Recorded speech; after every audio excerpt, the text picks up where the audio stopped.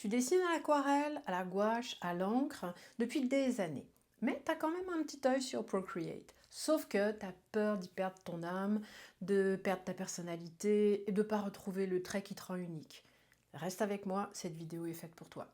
Il y a des illustratrices qui passent au numérique mais qui n'arrivent pas à se reconnaître dans ce qu'elles créent. Et puis il y en a qui découvrent une liberté qu'elles ne savaient même pas qu'elles cherchaient.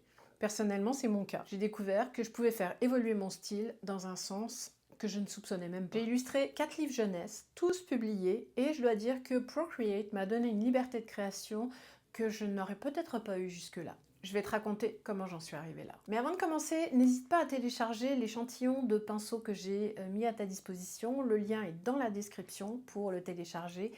N'hésite pas, c'est gratuit. Bon, faut que je te fasse un aveu, je suis autodidacte. Oui, j'ai étudié en graphisme, ça ne s'improvise pas, et c'est le métier que j'ai appris. Mais j'ai toujours dessiné, créé des bijoux, fait du journal créatif, toutes sortes d'activités créatives, mais tout ça sur un coin de table sans envisager de faire ça à temps plein. Et puis un jour, j'ai découvert 2 illustrateurs dans un magazine français populaire. C'est là que j'ai commencé à les observer minutieusement. Leurs techniques respectives m'obsédaient. Et là, je vais être honnête, je peux facilement tomber dans un dédale de recherche et passer littéralement des heures, voire des journées, à observer, à chercher, à enquêter même, pour dénicher tous leurs secrets. C'est comme ça que je me suis mise à l'aquarelle. Et puis j'avais toujours ce sentiment que les vrais artistes dessinaient sur du papier, pas sur un écran. J'avais cette impression de ne pas être légitime en passant au numérique. Tout simplement parce que ça n'a pas besoin d'être parfait du premier coup, puisque tu peux recommencer et effacer facilement. C'est comme si on te traitait de tricheuse parce que tu as décalqué une forme au départ. Ça m'a pris très longtemps pour accepter que ça se peut. J'ai vu des illustratrices accomplies le faire et même le suggérer, tout simplement parce qu'on ne sait pas tout dessiner. Puis j'ai commencé à voir d'autres illustratrices travailler en numérique. Comme graphiste, j'étais vraiment intriguée. J'ai continué mes enquêtes pour trouver quel logiciel elles utilisaient et je m'y suis mise. Je vais pas te mentir, j'ai eu beaucoup de résultats catastrophiques. Je me suis pas mal arraché les cheveux sur la tête avec ma petite tablette Wacom sans écran, Photoshop, Illustrator et beaucoup de patience. Finalement, en 2019, j'ai décroché mon premier contrat en éditorial pour un magazine québécois.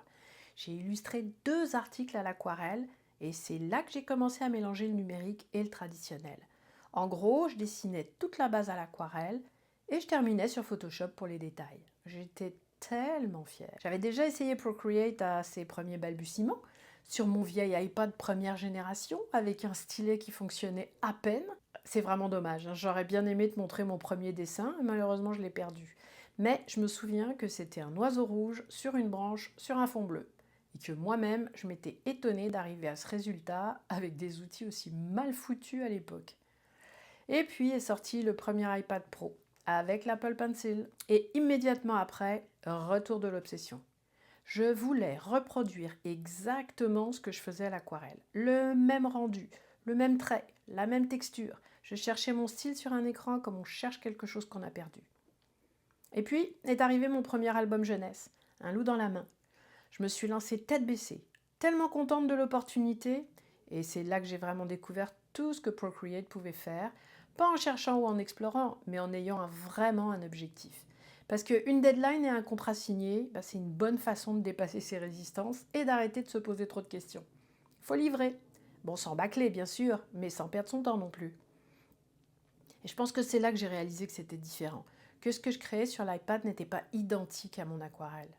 En fait, c'était comme un hybride entre l'aquarelle et la gouache, et c'était pas pour me déplaire, hein. J'avais déjà essayé la gouache sur le papier, franchement je trouvais le résultat superbe. Mais je voulais pas m'éparpiller avec 12 techniques différentes, hein, parce que ce sera c'est mon genre de m'éparpiller et de tout essayer. Mais je me suis rendu compte que j'aimais vraiment ça, hein. Ce que Procreate m'a donné en premier, c'est le droit à l'erreur. Le fameux commande Z ou le 2 doigts tapés sur l'écran. Ça semble banal, mais ça l'est pas. Quand tu travailles de façon traditionnelle, chaque coup de pinceau est définitif. J'ai toujours, mais même encore maintenant, trouvé ça intimidant. Sur l'iPad, tu peux aller jusqu'au bout d'une idée sans risquer de tout perdre. Ensuite, tu peux expérimenter sans perdre tout un bloc de papier, pas toujours bon marché. Tu peux t'amuser avec les textures, les effets, les rendus, que tu aurais peut-être mis des mois à développer en traditionnel, avec du matériel que tu n'as peut-être même pas. Alors que sur Procreate, j'essaie, ça marche pas, je garde, je jette. Finalement, j'expérimente tout le temps. J'ai aussi accepté d'utiliser des photos de référence. Et franchement, je veux bien dessiner un tigre du Bengale, mais j'en ai pas forcément un sous la main. Alors attention, hein, ne crois pas que j'ai abandonné le traditionnel, pas du tout. Je continue de dessiner à la main et j'ai presque toujours mon carnet avec moi. Et en plus, j'ajoute systématiquement des textures d'aquarelle et de peinture dans mes illustrations. Je t'en montre un exemple ici. Par ailleurs, et ce sera mon dernier point, même si j'en vois encore plein d'autres, ça va beaucoup plus vite de dessiner en numérique, c'est vrai. Et c'est loin d'être un défaut d'après moi. Parce que plus tu vas vite, plus tu dessines, plus tu progresses. C'est vraiment mathématique. Quant à la page blanche, je vais pas te mentir, elle est toujours là parfois. Mais elle fait moins peur quand tu sais que rien n'est irréversible. Et n'oublie pas que l'art numérique, c'est juste un outil. C'est toi, l'artiste, qui fait la différence. En fait, pour résumer, mon style n'a absolument pas disparu. Par contre, je me suis donné la permission de le faire évoluer. Si mon histoire te parle, si toi aussi t'es quelque part entre ton style, tes outils traditionnels que tu aimes et l'envie de te mettre au numérique sans avoir vraiment osé, j'ai quelque chose pour toi. J'ai créé un kit de pinceaux pour Procreate et aujourd'hui je t'en offre 5 gratuitement pour t'aider à démarrer. Le lien est dans la description, tu peux les télécharger et puis les tester et voir comment ça fonctionne et comment ça réagit entre tes mains. Par ailleurs, la formation est là aussi si jamais tu veux aller un petit peu plus loin, mais commence avec les pinceaux et dis-moi ce que t'en penses. T'as aimé cette vidéo? Mets un pouce, ça aide vraiment ma chaîne à grandir. Et puis par ailleurs, si t'es pas déjà abonné, écoute, n'hésite pas à le faire, comme ça on peut se retrouver chaque semaine.